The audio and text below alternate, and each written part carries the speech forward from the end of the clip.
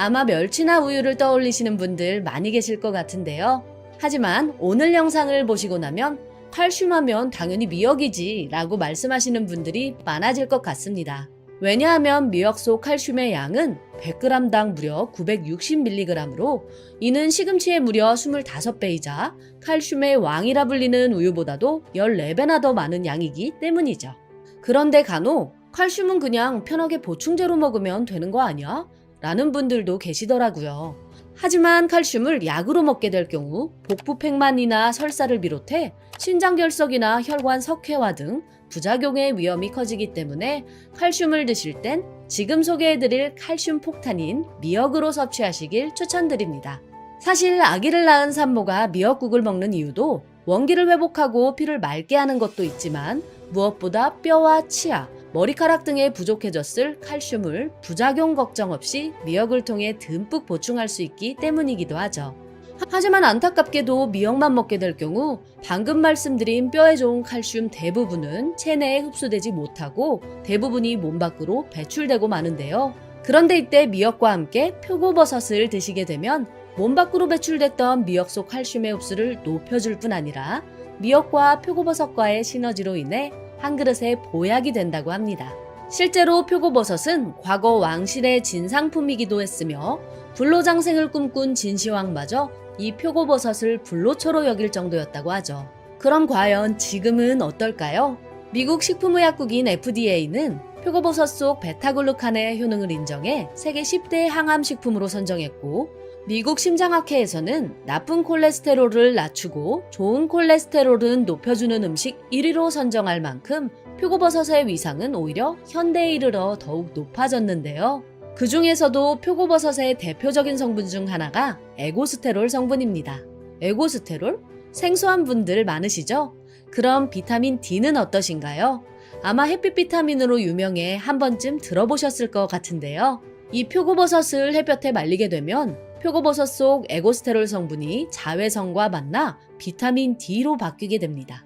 그리고 이렇게 비타민 D로 바뀐 표고버섯은 미역과 만나게 되면 미역 속 칼슘이 체내에서 빠져나가는 걸 막아 칼슘 흡수율을 최대치로 높여주고 골밀도를 증가시킬 뿐 아니라 골다공증까지 싹 없애주는 그야말로 미역과의 역대급 시너지를 발휘하게 되죠. 농촌진흥청 자료에 따르면 표고버섯을 바짝 말려 건 표고버섯으로 만들게 되면 비타민 D 함량이 최대 13배까지 드라마틱하게 올라간다고 합니다. 이뿐만이 아닙니다. 요즘처럼 기온이 낮아지면 무릎이 시큰시큰 콕콕 쑤시고 욱신거린다는 분들 많이 계실 텐데요. 이때 표고버섯 미역밥을 먹게 되면 골다공증 예방뿐 아니라 퇴행성 관절염과 더불어 류마티스 관절염까지 완화하는 천연 관절 영양제의 역할까지 톡톡히 해내게 되죠.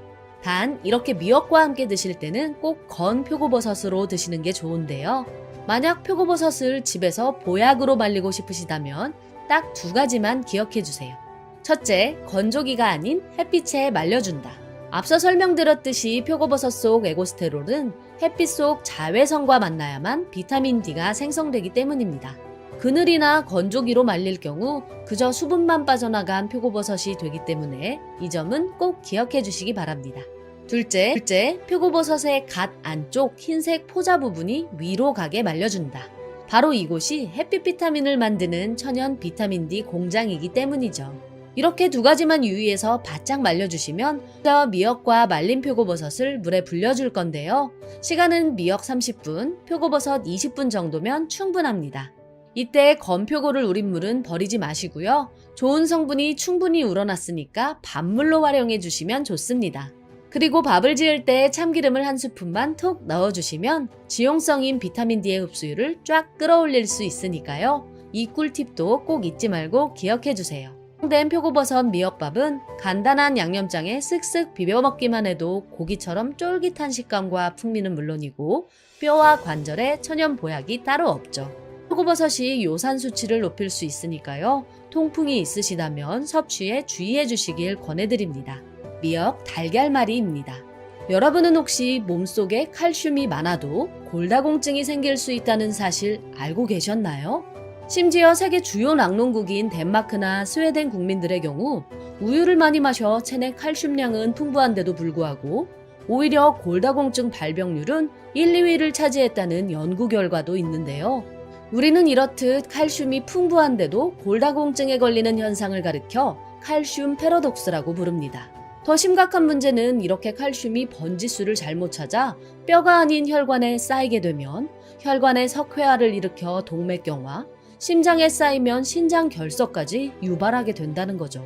하지만 이때 미역과 계란을 함께 먹어주게 되면 앞서 말씀드린 모든 문제는 사라지고 오히려 뼈 건강은 살아나게 되는데요. 바로 달걀 속에 풍부한 비타민 K2 성분 덕분입니다. 사실 미역을 꾸준히 먹어서 칼슘 양에는 문제가 없다 해도 뼈를 단단하게 만들기 위해서는 오스테오칼신이라는 단백질 호르몬이 꼭 필요한데요.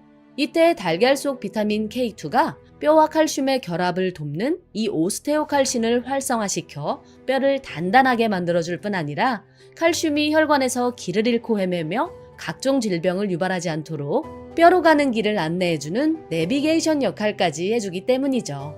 미역, 강한 알칼리성 식품인 미역을 산성식품인 계란과 함께 먹으면 우리 몸을 약 알칼리성 상태로 유지할 수 있기 때문인데 바로 산성 상태인 구강 환경을 알칼리성인 미역이 중화시켜 치아의 겉면이 마모되거나 충치가 생기는 걸 막아 시술 후 약해진 치아와 잇몸뼈를 건강하게 유지시켜주기. 혈과의 궁합이 좋아 계란과 함께 먹으면 속까지 편안해지니까요.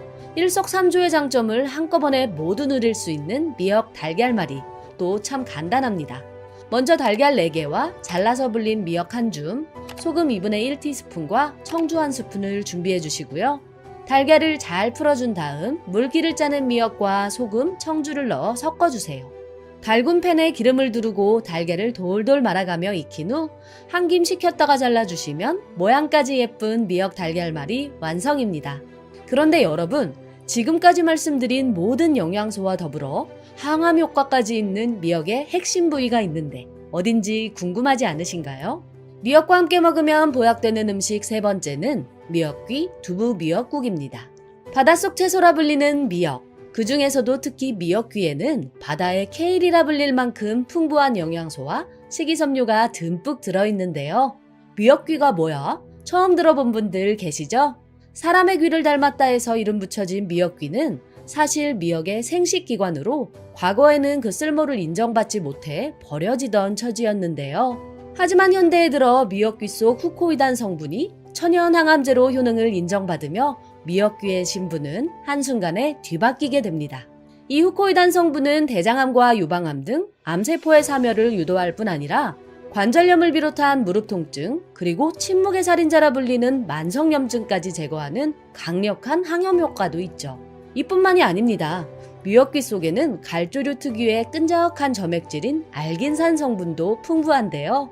알긴산? 전에 변비에 좋다고 하지 않았나? 라고 기억하시는 분 계신가요? 맞습니다. 알긴산은 뜨거운 태양과 거친 파도 속에서도 미역이 스스로를 보호하려고 내뿜는 수용성 식이섬유로 우리 몸에 들어오게 되면 콜레스테롤과 나트륨, 묵은 숙변 등 체내 노폐물을 싹 배출해주는 역할을 합니다. 이렇게 혈관까지 깨끗하게 청소해주다 보니 고혈압과 심근경색 위험을 낮춰주는 효과도 있는데요. 무엇보다 중요한 건 미역귀 속에는 후코이단 성분이 미역 줄기보다 7배나 더 많이 들어있고 알긴산 성분 역시 2배나 더 풍부하기 때문에 미역을 먹을 땐 미역귀는 반드시 챙겨 먹어야 한다는 거죠. 그런데 이렇게 좋은 미역귀도 너무 많이 먹게 되면 미역귀에 풍부한 요오드가 갑상선 기능 항진증을 유발할 수도 있다고 하는데요. 하지만 바로 이때 미역귀를 두부와 함께 먹게 되면 모든 고민이 싹 사라지게 됩니다. 이유는 두부 속에 풍부한 사포닌 성분 덕분인데요. 인삼의 대표적인 성분으로 알려진 이 두부 속 사포닌이 미역 섭취로 늘어난 몸속 요오드를 배출시켜줘 체내 요오드 밸런스를 맞춰주기 때문이죠. 이뿐만이 아닙니다. 두부는 갱년기의 급격한 여성 호르몬 감소로 인해 더욱 심해지는 갱년기 골다공증에도 특효약이 되는데요. 두부 속 천연 에스트로겐이라 불리는 이소플라본 성분이 뼈를 만드는 조골세포를 늘려주고 마치 스펀지처럼 뼈에 구멍을 뚫는 파골세포는 억제해주기 때문입니다. 이렇듯 미역귀와 두부는 갑상선 질환을 예방하고 새로운 뼈 조직을 생성해 골밀도까지 높여주는 최고의 궁합을 자랑하는데요. 이렇게 좋은 미역귀 두부 미역국을 집에서 드실 때는 딱 2가지만 기억하시면 됩니다. 미역을 불릴 때 미역귀도 꼭 함께 불린다는 것과 미역이 거의 다 끓었을 때 두부를 넣어주기만 하면 된다는 거죠. 간단하지만 몸에 좋은 성분의 함량과 흡수율까지 모두 높일 수 있는 방법이니까요. 꼭 한번 해드셔 보시기 바랍니다. 그런데 하얀 가루가 생긴 걸 본 적 있으신가요? 곰팡이가 아닐까 싶어 꺼림직하셨을 텐데요. 만약 가루가 손에 묻어나지 않고 물에는 잘 녹는다면 걱정하지 않으셔도 됩니다. 그 하얀 가루의 정체는 바로 만니톨 성분이기 때문이죠. 미역 특유의 감칠맛을 내는 천연 조미료인 만니톨은 곶감이나 포도 껍질에서도 발견되는 자연의 단맛이기 때문에 특히 당뇨인 분들도 걱정 없이 드실 수 있습니다. 보너스로 미역을 고르는 꿀팁을 하나 더 드리자면 미역은 진한 녹색이나 검은색을 고르시되 누런색은 피해주세요. 미역 속 좋은 성분인 카로틴과 엽록소가 이미 파괴되어 변색됐을 가능성이 높기 때문입니다. 지금 보고 계신 영상이 도움되신다면 좋아요